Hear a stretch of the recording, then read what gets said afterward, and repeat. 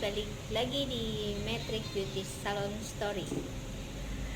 Di video kali ini aku mau sedikit cerita pengalaman aku soal salah memilih lokasi untuk buka usaha.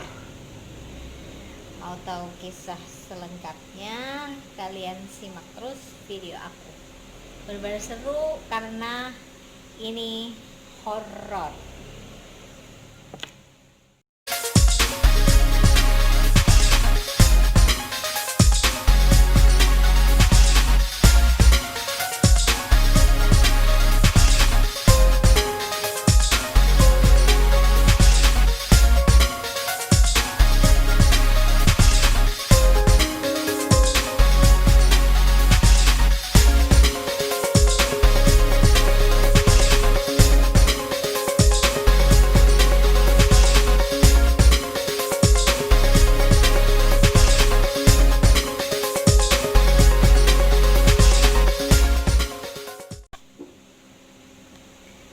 Nah, ini ya aku mau sedikit cerita. Aku mau bagi ke kalian buat para pelaku usaha salon, ya nggak hanya salon aja sih, semuanya. Ini menurut pengalaman pribadi aku. Sebelum aku buka salon di sini, sebelum aku beli tempat ini, aku sebelumnya tuh sewa di Surabaya. Nah, aku pikir saat itu kalau sewa di tempat seperti daerah elit, perumahan mewah gitu, aku pikir akan bagus dan rame dan prospek untuk kedepannya. Tapi ternyata nggak sesuai dengan apa yang aku harapin. Nah, singkat cerita aja, aku tuh sebelum buka salon sendiri, aku tuh join gitu sama teman-temanku untuk buka usaha salon, karena saat itu aku nggak pede untuk buka salon sendiri. Nah, kita ada sewa di Surabaya. Di sini aku tidak mau sebutin tempatnya, yang pasti ada di Surabaya, dan itu kita sewa satu rumah 2 lantai. Kalau nggak salah ingat, 1 tahunnya itu sewa sekitar 35 jutaan lah, 35 atau 35 lebih, aku sedikit lupa lah. Nah, tempat dari segi tempat bagus, keamanan bagus, semuanya bagus, cuman itu posisi kan di dalam perumahan gitu. Nah, singkat cerita, kita sudah ini nih kumpul barang di situ, udah opening segala macem. Sambutannya sih ya normal karena kan awal-awal buka salon pasti semuanya seperti itu. Nah, kejadian ini nih yang bikin aku tuh pikir-pikir 2-3 kali untuk lanjutin buka salon di situ. Awal kejadiannya tuh gini. Di hari pokoknya 1 minggu pertama lah. 1 minggu pertama tuh tempat tuh aneh banget gitu. Kenapa aku bilang aneh? Jadi kayak apa ya, sunyi, senyap kayak gitu loh. Padahal ya menurut perkiraan aku sih harusnya nggak seperti ini gitu loh. Nah, singkat cerita, malamnya, malam tuh aku denger, karena kan di bawah kita bikin salon gitu, terus yang atas untuk kamarku sama kamar temanku, kan ada 2, terus yang bawah juga ada kamar juga, tapi untuk kamar pegawai gitu. Nah, singkat cerita, tiap malam itu tuh aku dengar ada suara ketukan. Kalau di salon ya kan ada kaca gitu, terus bawah kaca itu kayak ada tatakan gitu, itu tuh bunyi, kayak ada bunyi kayak begini nih. Itu tuh terus, pokoknya setiap jam 12 malam ke atas itu selalu bunyi kayak gitu. Aku pikir awal-awal tuh aku biarin lah, aku nggak terlalu peduli lah.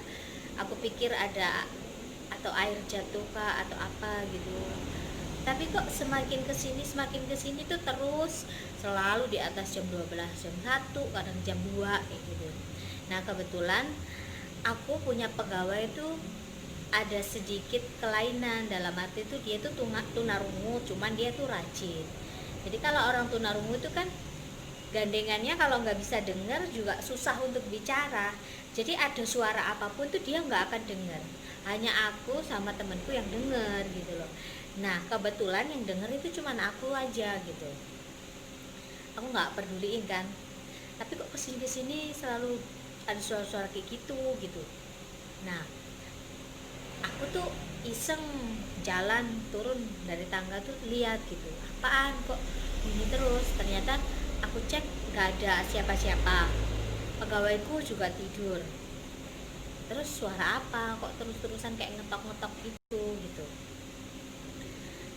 Setelah itu, nah setelah kejadian itu aku tuh nggak terlalu peduli lah, karena kan cuma suara-suara aja ya kan. Tapi di malam-malam berikutnya ini lebih seru lagi. Aku kan agak sedikit peka untuk hal-hal kayak gitu. Dan kebetulan kamarku di lantai 2, pojok sendiri ada jendelanya. Dan itu berhadapan dengan rumah di depan salonku. Tapi rumah itu kosong, jadi 3 rumah di depan salonku itu kosong. Di samping kanan kiriku pun ini kosong, cuman di aku tok yang tak tempati itu sama agak jauh itu baru ada penghuni yang lainnya gitu. Nah di malam itu tuh aku masih inget banget, jadi aku tuh kayak antara ngimpi dan nggak ngimpi. Aku tuh kayak didatengin nenek-nenek sama kakek-kakek, terus sama satu anak kecil. Nah tuh nenek-nenek tuh bilang gini, "Dok, ada yang mau kenalan," katanya gitu. Ini kalau bahasa Indonesianya ya, tapi saat itu dia ngomong tuh bahasa Jawa. Katanya, "Dok, ono sing ngapain kenalan." Terus otomatis kan aku, tapi kalau posisi kayak gitu tuh kita nggak bisa ngomong loh. Terus kayak perutku tuh dipegang sampai ke arah tangannya tuh dipegang, ya kerasa kayak aku dipegang manusia. Tapi setelah aku langsung bangun kan, itu langsung bangun tuh nggak ada siapa-siapa. Nggak lama tuh jendela kamarku, padahal itu kekunci posisinya, itu kebuka sendiri, padahal nggak ada angin, nggak ada apa, itu kebuka sendiri. Saat itu aku lihat jam, udah jam 2 nih. Aku takut kan, kok maksudnya aku ini ngimpi atau ngimpi beneran kah atau enggak sih, kok aku maksudnya kayak dipegang orang gitu loh, tapi di sekeliling gue tuh nggak ada orang sama sekali gitu. Nah terus kan aku cerita nih sama temanku nih, karena kan yang kebanyakan tinggal di salon itu tuh aku, bukan temanku. Temanku bilang sih, masa sih, paling kamu cuman halusinasi aja. Ya aku pikir emang seperti itu, halu gitu. Terus malam berikutnya pun begitu lagi gitu. Itu nenek-nenek ngenalin kalau mau kenalan, namanya, kalau kakeknya tuh dia bilang tuh namanya Suiparno kah atau apa gitu, aku sedikit lupa. Terus setelah yang kayak ngipi yang kedua itu, antara ngipi dan beneran itu, aku kan nggak bisa tidur nih, nggak bisa tidur. Aku tuh denger di depan kamarku itu kayak ada orang ngobrol, kayak ada banyak orang ngobrol, kayak orang laki-laki gitu. Dan aku bau asap rokok. Otomatis kan aku bingung, aku takut kalau ada maling kayak atau apa gitu. Secara kan yang tinggal ini cuman perempuan semuanya gitu. Terus aku buka, ternyata nggak ada siapa-siapa. Terus yang ngobrol barusan siapa? Di situ aku makin merinding, makin antara takut dan nggak takut. Udah terlanjur kita sewa di situ, mau dibatalin pun nggak mungkin uang kembali ya kan. Terus akhirnya aku sempet nggak mau tidur di salon, aku pulang ke rumah. Tapi kan aku juga kasihan sama pegawaiku sendirian, akhirnya tidur lagi nih aku di salon. tidur lagi, aku mikir ini sumbernya dari mana, kok ada kayak begini. Nah, di depan salonku itu ada pohon jambu. Di depan salon ada pohon jambu, dan pohon itu nggak berhenti berbuah. Mau musim apapun nggak berhenti berbuah. Soalnya banyak saksinya ya, dari tukang sapu, satpam itu semuanya pada ngomongnya tuh kayak gitu. Dan aku merasa itu mengganggu pemandangan sekali gitu. Akhirnya aku suruh tebang tuh tukang kebun, aku suruh tebang itu pohon. Nah, itu awal mula lebih serem lagi gitu. Singkat cerita, itu sudah ditebang semuanya, sudah bersih semuanya. Malamnya bener-bener waktu aku tidur di lantai 2, dan aku tuh kebiasaan tidur selalu di atas jam 12 gitu ya. Dan aku selalu kalau awal-awal itu kayak tidur ayam, antara setengah sadar dan nggak sadar gitu. Nah, di situ tuh sekitar jam 2 pagi, jam 2-an, aku tuh dengar kayak ada orang nyapu.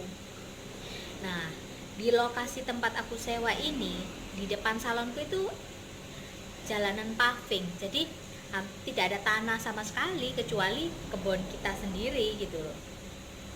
Dan mustahil kalau jam segitu ada yang bersih-bersih, apalagi bersih-bersih depan rumah, nyapu pakai sapu lidi gitu, itu udah mustahil. Jam 2 malam menjelang pagi ya, nggak mungkin ada orang. Apalagi di sekitarku situ, kanan kiriku kosong, depanku 3 rumah kosong, terus siapa gitu. Penasaran kan aku lihat dari lantai 2 itu nggak kelihatan. Akhirnya aku turun nih ke lantai 1, karena di yang aku sewa itu modelnya itu kayak kaca-kaca semua, jadi kan kita gampang mau ngeliat ke depan. Aku buka nih sedikit korden, terus aku lihat, bener-bener yang aku lihat itu nenek-nenek yang ngimpiin aku. Dia minta kenalan, dia tuh posisi kayak nyapu-nyapu gitu, terus tangannya tuh di belakang gini, jadi nyapu-nyapu gitu. Tapi nggak tahu kenapa ya, aku tuh udah berusaha hati-hati jangan sampai, maksudnya tuh jangan sampai kita ketahuan kalau kita lagi ngintip gitu. Dan sialnya tuh nenek-nenek tuh balik muka gitu, jadi ngelihat aku, kayak tahu kalau aku lagi ngeliatin dia gitu. Dari situ kan aku langsung takut nih ya, aku langsung lari ke lantai 2.